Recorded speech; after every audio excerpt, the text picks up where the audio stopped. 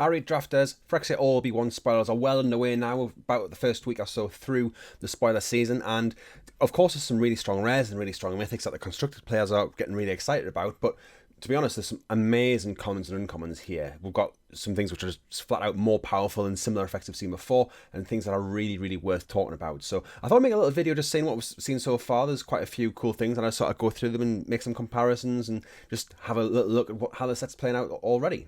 First up, we've got Nimra's Paladin, and this card just kind of speaks to us for some reason. A 5-mana 4/4, which is a decent body already, and I think a lot of times sets recently seem to have kind of smaller creatures or don't necessarily have the bigger stuff, so a 4/4 is still absolutely solid. When it enters the battlefield, you get a mana value creature with mana value 3 or less back from the graveyard to your hand, which gets you some card advantages. A lot of things that are mana value 3 or less that you'd want. And then it's got Toxic 2 as well, so it's just doing a lot of everything here. I mean, if we have a think back to like Neon Dynasty, we had Kami of Restless Shadows, which was fine. It wasn't anything busted, but this was a 5-mana 3/3, which had a similar effect. And yeah, it was just like a really solid card then, and I think this is going to be a really, really solid card here. It seems like it's going to do a little bit of everything, gets you some really good value, and it's going to be a threat that your opponent's not going to want to block. Next I've got Volt Charge, so this is instant speed, 3 damage to anything, so it's a bit like Open Fire we had in Amonkhet block. It's obviously a 3-mana lightning bolt, but you also get this Proliferate added onto it, and this is just really, really good. We saw in Brothers War, Excavation Explosion was really good for hitting the face. Yes, the red aggro decks were quite good, and Excavation Explosion helped with that. You got to the Artifact Fall, but here the Proliferate's going to be the thing which really helps. And we know that there's not going to be any +1/+1 or -1/-1 counters in the format, and if it did, then this might be amazingly better, but the oil counters are going to be what you're going to be proliferating. And also there's going to be more planeswalkers with 5 mythic and 5 at rare. You're going to see a lot more planeswalkers in the set than you would normally do, so proliferate is going to be really, really important. Then it just seems like a really solid removal spell, really solid common, and just something that can end the game if you point one towards your opponent's face. Super Lookout's one of the 1-mana flyers that we've seen in the recent past, and we've seen it on Battlefield Raptor as well. This one's got Flying and Vigilance. It's a 1/2, so the same stats as the Raptor. And we know that Battlefield Raptor was good. The white aggro decks were pretty good in that format, and we'll have to wait and see how this pans out. But in some ways, Vigilance is better on a creature like this than First Strike. Yes, okay, combat's going to be more difficult and pump spells aren't going to work as well with it, but the fact that you can get in for a little bit of damage and then use it as a chump blocker when you want to as well is going to be really good. It seems absolutely solid, something that I'm not surprised to see it, but I think when it's surrounded by these other things which are all really powerful at the common and uncommon slot, then I think it's just something that we need to talk about, and it's really showing the power that we have in this slot. Shielder's Edict is a way to make these edict effects even better, so instead of something like Diabolical Edict, which says target player sacrifices a creature, so you point at your opponent usually and they've got to sacrifice the worst creature that they have. If they've only got one creature, that works great. If they've got some tokens and stuff, it doesn't work as well. Well, here you've got target opponent sacrifices a non-token creature, a token, or a Planeswalker as well. So, and again, like I say, the Planeswalker is going to be more relevant in this format than will be in your normal format. But it gives a really good versatility here. Sometimes you will want them to sacrifice that token. And yeah, I think it's just a really, really solid card. It's a really good way to do an Edict in a way that we haven't seen before.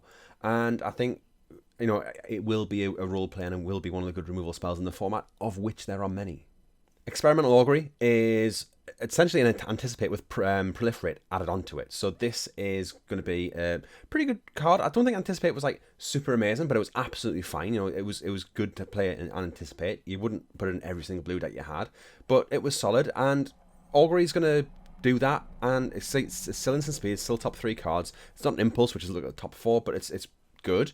It's playable, and you get this Proliferate as well. And I've already said Proliferate looks like it's going to be at least some kind of a role player. We'll have to see how the oil pans out and see how well we can use that oil on the cards and the oil tokens, but the oil counters rather. But you know, it's going to be pretty solid, and it's just one of these cards where it's an already good card with something else tacked on, and I think that's just absolutely amazing.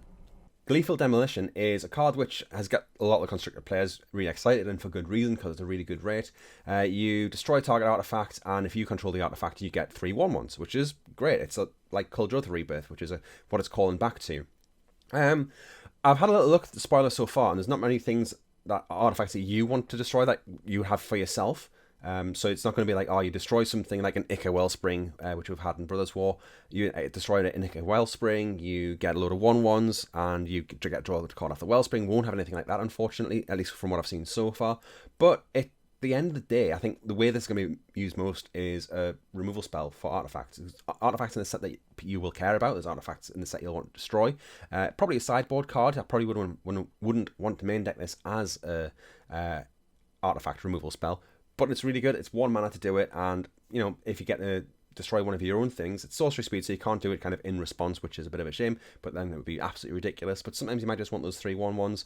I don't think it's going to be the most powerful limited card, but when we're talking about these commons and uncommons, which are really powerful, I couldn't really leave this one out because it is probably the one that's going to be most likely to be played in constructed formats. I want to take a moment. You know the drill by now. If you watch the channel a lot, just a little thank you to the people who are liking the video and subscribe, and drop us a comment down below if you have any thoughts on the commons and uncommons. Or what's your favourite one I've gone through today? Have I missed something? Bearing in mind that this is on the Friday of the first week of spoilers, so we've only had a few days, and there's obviously going to be things that are coming out which will have came out after I record this video. But things are looking really good. But these arena codes are just like I say. A little thank you to everybody who does support the channel in whatever way you do, and I do really, really appreciate it. Going here, which was released just before I start recording the video, in Taiwar Stand. Now this is really interesting. It's like a bit like Tamiyo's Safekeeping, which we had in Neon Dynasty, which was, I think, just kind of fine in the limited format. I know it's been seeing some play in constructed formats and things like that, but it's a solid trick by itself because you can just cast it, X equals 0, and it's Tamiyo's Epiphany without the life gain. And it's also kind of got this Untamed Might, which is, again, a callback card that it's kind of calling back to here. Effect. It happens at instant speed, so you can use it as a pump spell at instant speed. And it's just a really, really solid card. They could have easily put like a little line of text on saying something like, if X equals 0, you can cast it at instant speed. Otherwise, it's a sorcery speed, and you could just have it that way, and it would be absolutely playable then as well. But you can just stick 5 mana in this late game and kill your opponent out of nowhere. I'm going to lose this card. I think it's really strong. I love this type of effect in green, and it's hugely been an absolutely solid card. It's just a single green, hexproof, indestructible, whatever kind of card. Got one here which I think is going to be interesting. I don't think it's going to be like, oh wow, this is so broken or anything like that. But it's an interesting card because Fixin', it's colourless Fixin', it's ramp for 2 mana. So Mere Convert, it's a 2/1 for 2 with tap, pay 2 life, add 1 mana of any colour, which is basically just making Phyrexian mana, and that's kind of the cool thing about it. But it's also got Toxic 1, so this is a 2 mana 2/1 with Toxic 1, which would possibly be playable in this format by itself anyway. And then you've got this way to add mana. Yes, it's going to cost you life. It's going to cost you quite a bit of life to do it, but it allows you to fix in non-green decks, and we don't know what the fixing's going to be like across the whole format yet, but it fixes and ramps in these non-green decks. It's like a Manalith, but it just is a creature as well. It's cheaper. Yes, you need to pay the life, but it's something which you can block with in the late game when you don't need to get that ramp or fixing anymore, and I hope it's going to be really good. This is the type of card that I think would be a nice kind of glue card which just brings the format together. The Toxic 1's going to be relevant sometimes because your opponent's not going to want to let it through. It's, that you can help get corrupted, so even if it's not killing your opponent, if you get us down turn 2 and they don't really have a blocker for it, then you get 1 token. You can start proliferating from that as well. I think it's going to be really, really good, and I hope it sees a lot of play. Got a couple of removal spells coming up. So Anoint with Affliction is an absolutely solid removal spell here. Exile target creature with mana value 3 or less would be a bonkers card as it is. 1 in the black, instant speed, 2 mana instant speed. It's going to be really, really good. We've seen similar effects before. The one that jumped to my mind straight away was Reeve Soul. Now this does care about power 3 or less, and I got a little bit confused in my head, but this is what I thought of. But it destroys. And this was a good card in the format it's seen play in. It's a really solid card. It's possibly closer to Glass Casket, but this has the downside of only ever hitting 3 mana value, and it can be removed, and then they get the thing back. But Glass Casket was a really strong card in that as well. But because this has the Corrupted, where you just exile any creature, and hopefully it's going to be relatively easy to get to the 3 poison counters and to do it this way. It's an absolutely bonkers removal spell for limited. At the common and uncommon level, we don't really see anything like this very often, but we do see it again kind of with ossifications. So this is like an Oblivion Ring effect. It's a little bit like Circle Confinement, so you exile target creature or planeswalker opponent controls. This just does for any creature or planeswalker as well. It's like, Circle Confinement cared about mana value 3 or less. Ossification, you do need to have a basic land to put it on, but I don't think that's going to be difficult, especially in limited. It maybe makes it a bit less playable in constructed formats, but limited. You're going to have these basic lands. You're going to be running basic lands in your deck, and it doesn't even say planes. It could say planes, and it would still be like fine. But it's we don't see this power level. And actually, as I say this, we have had another spoiler. I'm going to flash up on the screen. I can't remember it as well. It's a 2-mana arrest, which is bonkers. A pacifism which does activate abilities as well. Yeah, like these removal spells are absolutely ridiculous. And to counter the removal spells, we've got Noxious Assault here. So this is kind of your classic Overrun effect. Obviously, Overrun gives +3/+3 in Trample. This just gives +2/+2, and if anything's blocked, it does 1 toxic. You get a poison counter for each blocked creature. The opponent gets a poison counter. It's probably a bit more like Triumph of the Hordes, which is the thing which gives Infect. It's not as powerful as Triumph of the Hordes, but it's still going to be a really powerful card. It's going to be a card which I'm going to lose to. I'm going to get salty about. It is really strong, but it's just one of the many really good cards at common and uncommon. The power that we haven't really seen. You might get 1 or 2 cards at this power level in other formats that we've played recently, but this just has it right across the board. The last card I want to talk about is Jawbone Duelist. 2 mana, 1/1, double strike. We've seen that before. It's a Fence and Ace is a classic version of this card, and it's got Toxic 1 as well. It does make sense to say that we have seen a kind of arguably more powerful version of this card in Illuminator Virtuoso in Streets of New Capenna in the recent past, and the power level for this card isn't ridiculous. But I mean, Illuminator Virtuoso was a really, really good card in the format, and this is a similar thing.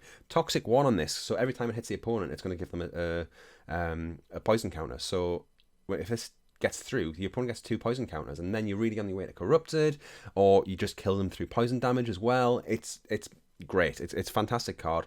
Something that I think is going to be a real player. Maybe the removal in a format that we've already seen is going to counteract this, but just the power level of both the creatures and the non-creatures are really, really high. Possibly high with the non-creatures. The removal seems really, really good, so that might tell us a little bit about the format, but it's looking great. I mean, like I said before, let us know in the comments what you think is looking quite good in the format. I'm going to be doing a full spoiler video, not a full spoiler video, a full guide, pre-release guide, draft guide in the next week or so. Once I have the full preview out, that's what I'll be focusing on doing. But yeah, let us know what you think of the video. Did you enjoy it? Is there anything that I could have covered in a different way? I'm always happy to hear the feedback. But until next time, thanks for watching and see you around. Bye.